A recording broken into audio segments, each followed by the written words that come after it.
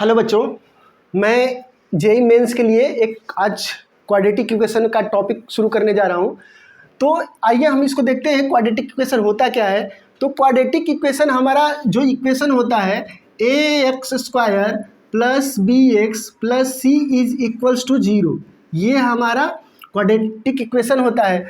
इसमें कुछ कंडीशन भी होना चाहिए, ए इज नॉट इक्वल्स टू 0। ऐसा क्यों होना चाहिए? क्योंकि अगर मान लो कि ए इज इक्वल्स टू 0 हो जाएगा तो ये वाला पूरा टर्म ही कैंसिल हो जाएगा, तो ये टर्म कैंसिल हो जाएगा तो केवल ये बचेगा।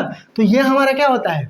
Linear equation. अब लीनियर इक्वेशन और क्वाड्रेटिक इक्वेशन क्या होता है? तो जैसे कि हम लोग 10th क्लास में पढ़े हो आप लोग को, उसमें पॉलिनोमियल पढ़ाया गया था, एक चैप्टर था पॉलिनोमियल से ही ये सारे टॉपिक आया है। तो पॉलिनोमियल में क्या हम बहुत सारे इक्वेशन पढ़े थे, on the basis of degree और on the basis of term. On the basis of term क्या होता है? तो on the basis of term होता है मोनोमियल, बाइनोमियल और ट्राइनोमियल। वो टर्म के आधार पे देखे थे कि एक टर्म है, दो टर्म है, तीन टर्म है। और on the basis of degree क्या होता है? अब इसमें डिग्री क्या होता है, इसमें जरूरत पड़ेगी डिग्री की। तो डिग्री क्या होता है? तो डिग्री हमारा होता है, डिग्री क्या होता है? तो ये होता है highest power of variable. Variable का जो भी हाईएस्ट पावर हो, जैसे यहाँ पे एक्स स्क्वायर एक्स है तो यहाँ पे एक्स स्क्वायर हाईएस्ट है, तो इसका डिग्री क्या हो जाएगा? इसका डिग्री हमारा हो जाएगा 2। ये डिग्री हमारा 2 हो जाएगा। जैसा कि on the basis of equation हम डिग्री बताया था, तो ये हमारा लीनियर इक्वेशन होता था a x plus b is equals to 0, या हम कहें a x square plus B x plus C is equals to 0, या a x cube plus B x square plus c x plus d is equals to 0। तो ऐसे polynomial आगे बढ़ता जाता है, बाई क्वाड्रेटिक आता है, फिर 5, 6 साल जितने भी डिग्री जो हाईएस्ट पावर होगा वही हमारा क्या होगा। अब इसमें ए और बी ये सब क्या होते हैं? ये कांस्टेंट टर्म होता है या कोफिशिएंट इसको बोल सकते हैं। और एक्स और ये सब क्या होता है? ये हमारा वेरिएबल। जैसे मान लो कि y इज इक्वल टू हमारा 2x है, तो 2x में x क्या है? ये हमारा वेरिएबल टर्म कहलाता है, वेरिएबल। और ये क्या होता है? ये हमारा होता है कांस्टेंट।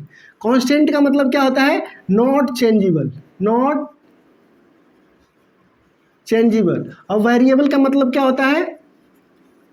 चेंजेबल, मतलब ये चेंज हो सकता है। जैसे लीनियर इक्वेशन में x की वैल्यू 0 रखेंगे तो y की वैल्यू क्या हो जाएगी? 0।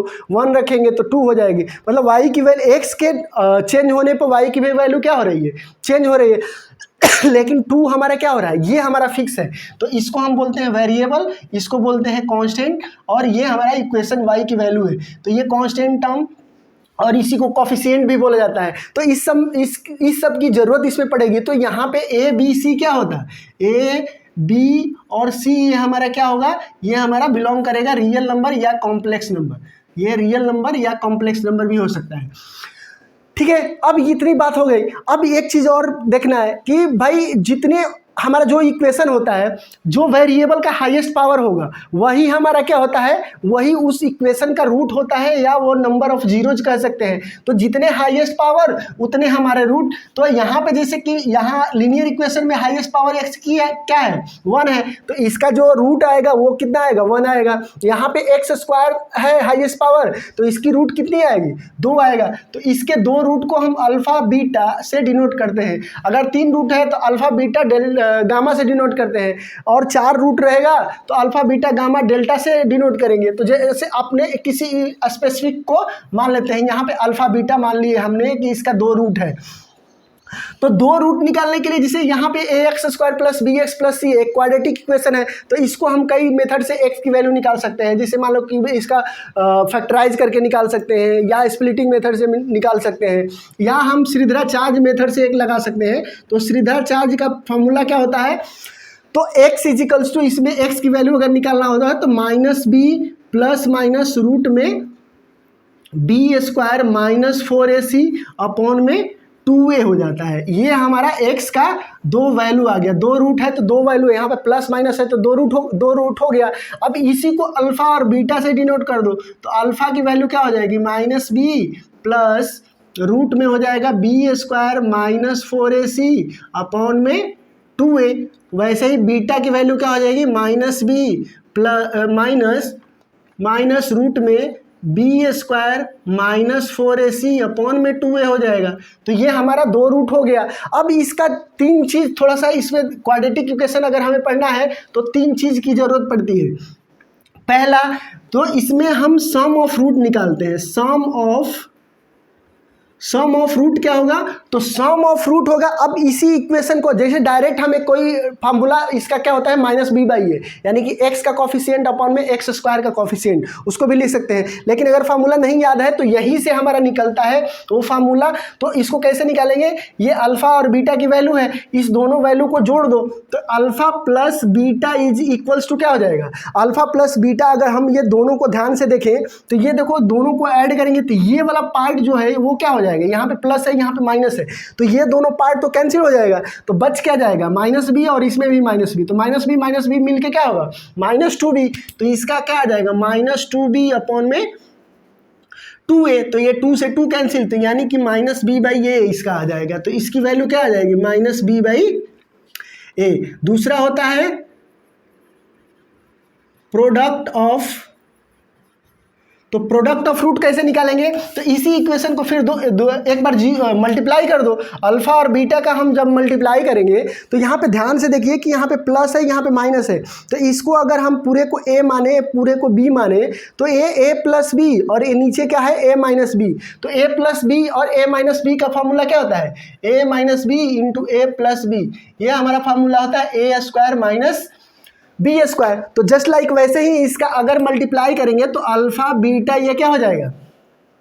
ये इसका स्क्वायर और प्लस माइनस इसका स्क्वायर। तो इसका स्क्वायर करेंगे तो ये क्या हो जाएगा? ये बी स्क्वायर हो जाएगा, और ये प्लस है, ये माइनस है, तो इसका बी स्क्वायर, यानी कि ये रूट हट जाएगा, यानी कि ये आ जाएगा minus b square minus 4ac upon में 2a। इसको जब हम ओपन करेंगे तो ये हो जाएगा b square minus b square plus 4ac upon में, तो यहाँ से देखो बी स्क्वायर और बी स्क्वायर क्या हो जाएगा? कैंसिल हो जाएगा। तो बच क्या जाएगा? 4ac अपॉन में ये 4a स्क्वायर हो जाएगा। 4a स्क्वायर 4 से 4 कैंसिल, a से एक a कैंसिल, यानी कि c बाई। तो इसका फॉर्मूला क्या बन जाएगा? c बाई ए। और इसी को हम डिनोट करते हैं क्या? अल्फा प्लस बीटा, और प्रोडक्ट ऑफ रूट को अल्फा। और इतनी बात समझ में आ गई? अब एक चीज़ इसमें देखें, हम तो 2 फार्मूला तो पहले से पढ़े हैं, लेकिन एक इसके जब क्वाड्रेटिक इक्वेशन हम जेई लेवल के पढ़ते हैं तो इसमें एक फार्मूला यहीं पे और याद कर लो कि वो हमारा क्या होता है? वो हमारा होता है डिफरेंस ऑफ रूट। तो तीसरा जो फार्मूला हम निकालेंगे वो डिफरेंस ऑफ रूट का, यहाँ पे लिख देता हूँ मैं। तो तीसरा क्या होगा? Difference of root. तो डिफरेंस ऑफ रूट निकालने के लिए थोड़ा सा देखना पड़ेगा। डिफरेंस ऑफ रूट निकालने के लिए हम इसको ना अल्फा माइनस बीटा का मॉड लिखते हैं। अब ऐसा क्यों लिखते हैं? क्योंकि अल्फा बीटा में कौन सा बड़ा होगा इसके बारे में हमें पता नहीं है। तो अल्फा माइनस बीटा का हम मॉड ले लेते हैं, और इसको निकालने के लिए थोड़ा सा कैलकुलेशन करना पड़ेगा। अब जैसा कि हमने फॉर्मूला एक पढ़ा है, a माइनस बी का होल स्क्वायर क्या होता है? तो a square plus b square minus 2ab। इसी को हम ऐसे भी लिख सकते हैं कि क्योंकि हमारा जो ये sum of root, product of root, जब क्वाड्रेटिक इक्वेशन में रूट की बात करते हैं तो हम अल्फा प्लस बीटा और अल्फा बीटा के टर्म में लेंगे। तो इसको हम लिख सकते हैं a प्लस बी का होल स्क्वायर और माइनस 4ab, ऐसे भी लिख सकते हैं। अब जब अल्फा बीटा के टर्म में जाए तो अल्फा माइनस बीटा का स्क्वायर क्या लिख सकते हैं? अल्फा प्लस बीटा का स्क्वायर और माइनस 4 अल्फा बीटा, ऐसे भी लिख सकते हैं। अब इसी में ये वैल्यू सारा रख दो। जब 2 वैल्यू हमारे को पता चल गया तो हम सारे वैल्यू इसमें रख सकते हैं। अब जब वैल्यू रखेंगे, क्यों ऐसा बनाया हमने? क्योंकि अल्फा प्लस बीटा की वैल्यू पता है और अल्फा बीटा की वैल्यू पता है। तो अल्फा प्लस बीटा की वैल्यू क्या होती है? माइनस बी बाई ए का स्क्वायर माइनस 4 अल्फा बीटा की जगह पे क्या है? तो c बाई ए। इसका जब कैलकुलेशन करेंगे तो ये आ जाएगा बी स्क्वायर अपॉन में ए स्क्वायर माइनस 4c अपॉन में a। अब इसका जब एलसीएम लेंगे तो यहाँ पे ए स्क्वायर आ जाएगा और यहाँ पे क्या आ जाएगा? बी स्क्वायर माइनस 4ac और यही अब इसमें क्वाड्रेटिक इक्वेशन जब हम पढ़ रहे हैं तो इसमें एक टर्म आता है डिस्क्रिमिनेंट। क्या होता है? डिस्क्रिमिनेंट। ये डिस्क्रिमिनेंट क्या होता है? इसको डी से डिनोट किया जाता है और यही जो हमारा बी स्क्वायर माइनस 4ac हम हर जगह लिख रहे हैं, यही हमारा क्या होता है? बी स्क्वायर माइनस 4ac को हम क्या बोलते हैं? डी बोलते हैं। और इसका बहुत ज़्यादा रोल जब ग्राफ हम पढ़ेंगे, चाहे क्वाड्रेटिक इक्वेशन में डी की डिस्क्रिमिनेंट की बहुत बड़ा वैल्यू बहुत ज़रूरत पड़ती है। तो इसको हम देखें तो इसको हम क्या लिख सकते हैं? इसको हम लिख सकते हैं डी अपॉन ए स्क्वायर भी लिख सकते हैं। अब अल्फा बीटा की जब वैल्यू निकालना है, ये तो आया अल्फा माइनस बीटा का स्क्वायर, तो अल्फा माइनस बीटा, अब दोनों तरफ मॉड लेंगे तो ये क्या हो जाएगा? मॉड डी अपॉन में रूट में हो जाएगा ये, और मॉड डी अपॉन ये। अब ऐसा क्यों लिखते हैं? क्योंकि ये जैसे मान लो कि हमें कोई वैल्यू एक्स स्क्वायर अगर अंडर रूट में है तो इसकी वैल्यू क्या आती है? मॉड एक्स आता है। ठीक है, क्योंकि प्लस माइनस दोनों में वैल्यू आती है तो इसको हम मॉड लेते हैं, तो ये हमारा दोनों तरफ क्या लग जाएगा? मॉड लग जाएगा। तो इसकी वैल्यू क्या आ जाएगी? रूट डी अपॉन ए। ये हमारा 3 फार्मूला, ये बहुत इंपॉर्टेंट फार्मूला होता है। अब हम चलते हैं थोड़ा सा इस टाइप के 1-2 क्वेश्चन कर लेते हैं, फिर हम आगे टॉपिक पे बढ़ते हैं।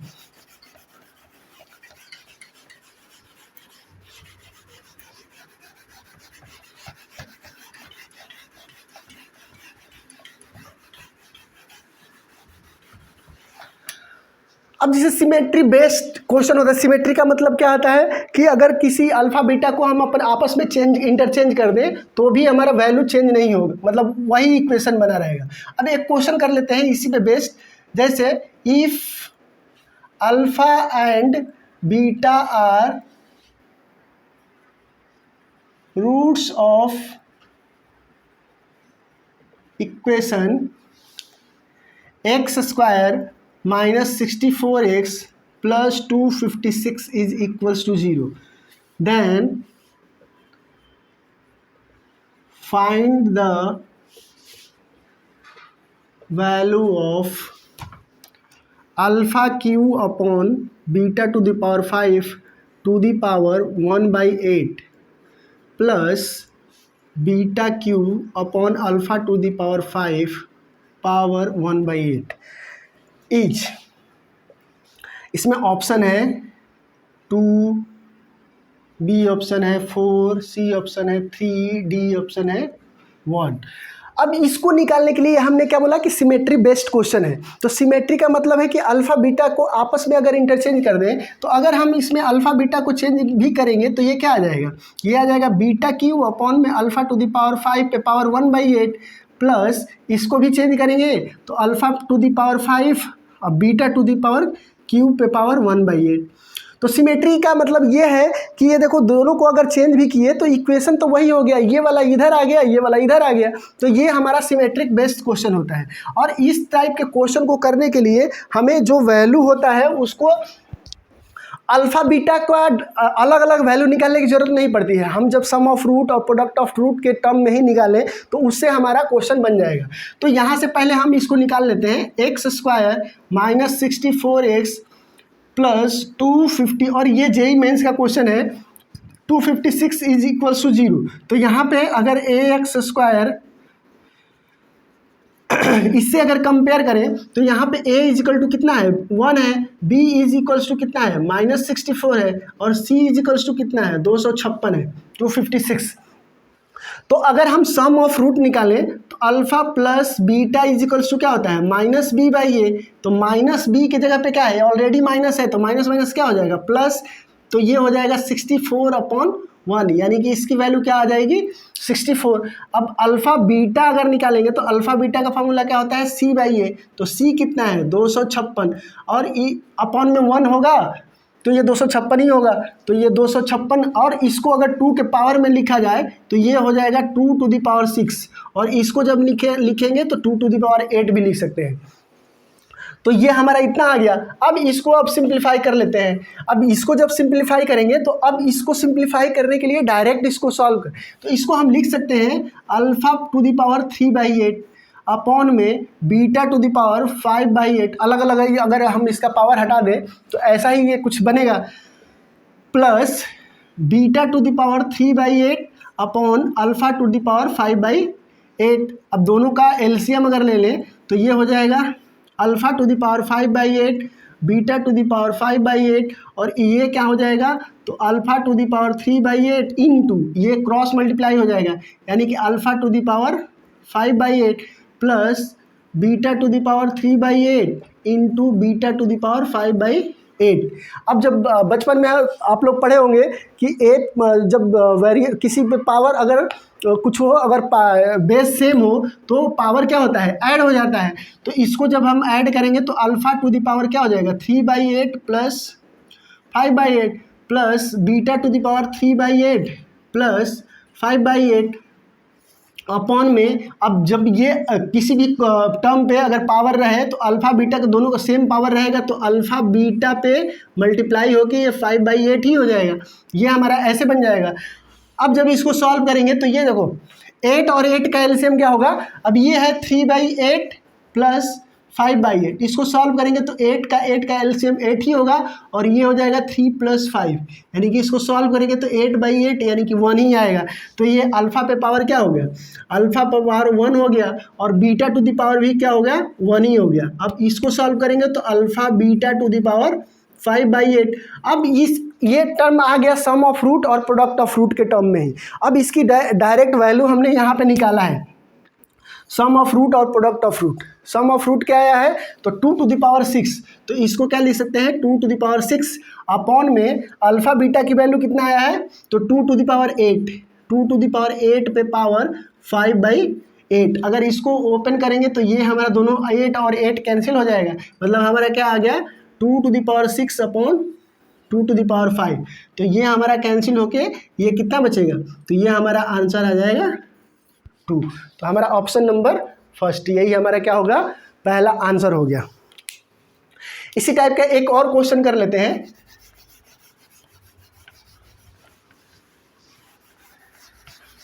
अभी इसी में यही क्वेश्चन है, if alpha and beta are the roots of the equation, यहाँ पे केवल इक्वेशन बदल दें 7x² - 3x - 2 equation, then find the value of alpha upon 1 minus alpha square plus beta upon 1 minus beta square each। तो ये वाला question भी same इसी टाइप की, ये सिमेट्री बेस्ड क्वेश्चन ही है। इसमें भी अगर हम चेंज करेंगे अल्फा बीटा को तो इधर ये वाला इधर बन जाएगा, ये वाला इधर बन जाएगा। तो इसको भी सॉल्व करने के लिए यही मेथड अपनाएंगे।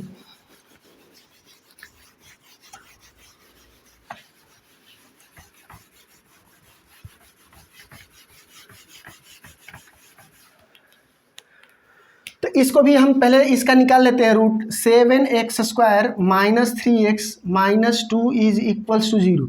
तो यहाँ पे a कितना है 7 है, b कितना है तो -3 है, c कितना है तो -2 है। तो अल्फ़ा प्लस बीटा ये क्या हो जाएगा -b/a, यानी कि -3/7 यानी कि 3/7 आ जाएगा। अल्फ़ा बीटा अगर निकालेंगे तो अल्फ़ा बीटा क्या होता है c/a, तो ये कितना हो जाएगा c कितना है -2/7 हो जाएगा, तो -2/7 हो गया। अब जब इसका निकाल लिए तो अब इसको थोड़ा सा सिंप्लीफाई करो, तो इसको सिंप्लीफाई करने के लिए हम डायरेक्ट इसका एलसीएम ले लेते हैं। तो 1 माइनस अल्फ़ा का स्क्वायर इंटू 1 माइनस बीटा का स्क्वायर, तो इधर क्या हो जाएगा alpha into 1 minus beta square, sorry ये हो गया, plus beta into 1 minus alpha square. अब इसको थोड़ा सा सिंप्लीफाई करेंगे तो ये कितना बनेगा, तो ये बन जाएगा, अब मल्टीप्लाई कर देते हैं तो ये हो जाएगा alpha minus alpha beta square plus beta minus alpha square beta upon, इसको भी मल्टीप्लाई कर दें तो 1 माइनस ये हो जाएगा बीटा स्क्वायर, ये हो जाएगा माइनस अल्फ़ा स्क्वायर और प्लस अल्फ़ा स्क्वायर और बीटा स्क्वायर। इसको थोड़ा सा और सिंप्लीफाई करें तो इसको हम ऐसे भी लिख सकते हैं, alpha plus beta, alpha plus beta को सम ऑफ रूट और प्रोडक्ट ऑफ रूट के टर्म में ही लिखने की कोशिश करें। और यहाँ पे अगर हम अल्फ़ा और बीटा अगर कॉमन ले लें तो ब्रैकेट में बच जाएगा अल्फ़ा प्लस बीटा। नीचे का भी थोड़ा सा सिंप्लीफाई कर दें तो ये और ये तो वैसे ही रहेगा, तो इसको हम लिख देते हैं 1 प्लस अल्फ़ा बीटा का स्क्वायर माइनस ये हो जाएगा alpha square plus beta square. तो सारे तो वैल्यू पता है, थोड़ा सा इसमें सिंप्लीफाई करने की ज़रूरत पड़ेगी क्योंकि इसकी वैल्यू हमें फाइंड करना पड़ेगा। तो इसकी वैल्यू अगर हम फाइंड करना चाहें तो इसकी को कैसे सॉल्व करेंगे? इसको सॉल्व करने के लिए एक और थोड़ा सा एग्जाम्पल देखेंगे कि a प्लस बी का होल स्क्वायर क्या होता है, a square plus b square plus 2ab। तो अल्फ़ा प्लस बीटा का स्क्वायर क्या होगा, तो alpha square plus beta square plus 2 alpha beta.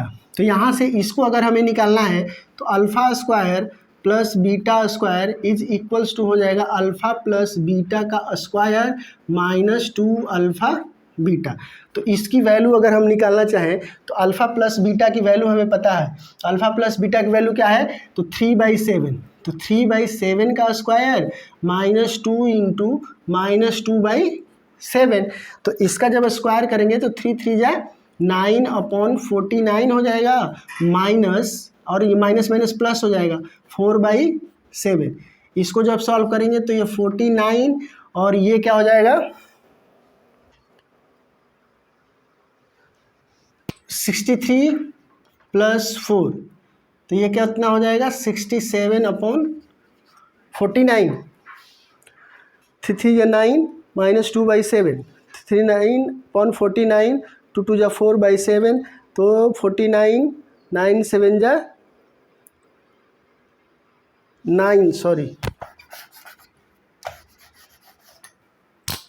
9 plus 28/7 उल्टा हो गया था 49। तो ये कितना हो जाएगा 37/49। अब सॉल्व करते हैं इसको, हमारा कितना आया था, तो ये आया था। अब इसको जब सॉल्व करेंगे तो यहीं पे हम सॉल्व कर लेते हैं।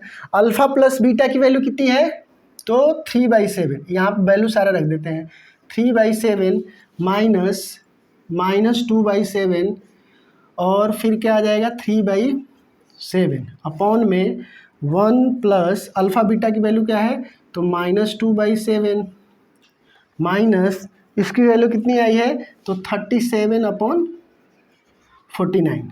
अब ये हमारा वैल्यू आ गया। अब इसको सिंप्लीफाई कर लेते हैं। इसको सिंप्लीफाई करेंगे तो ये कितना आ जाएगा 3/7 और ये माइनस माइनस प्लस हो जाएगा, तो प्लस 3 2 जा 6/49 अपॉन में 1 माइनस 2/7 माइनस ये स्क्वायर है तो माइनस माइनस प्लस 2 2 जा 4/49 माइनस 37/49। अब इसका एलसीएम ले लो तो ये क्या हो जाएगा 49, ये कितना हो जाएगा, तो 7 3 जा 21 प्लस 6 अपॉन में ये कितना हो जाएगा, इसका भी एलसीएम ले लो तो 49। यहाँ पे क्या आ जाएगा 49 प्लस 4 माइनस 37।